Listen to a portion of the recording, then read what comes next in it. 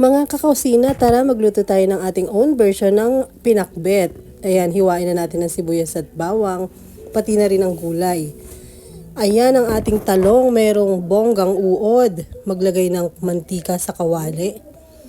Siyempre, kailangan muna natin yan painitin bago natin igisa ang ating bonggang bawang na may kasamang sibuyas para lumabas ang aroma nito.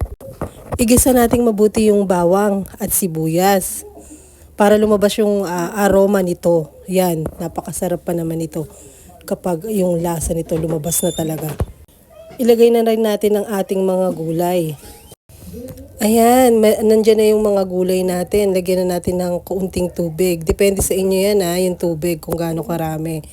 So, takpan na natin ito para lumambot yung ating mga kalabasa o gulay. Maglagay ng rock salt na suwak sa ating panlasa.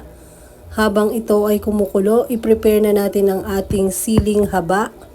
So, ayan na yung siling haba natin, yung green.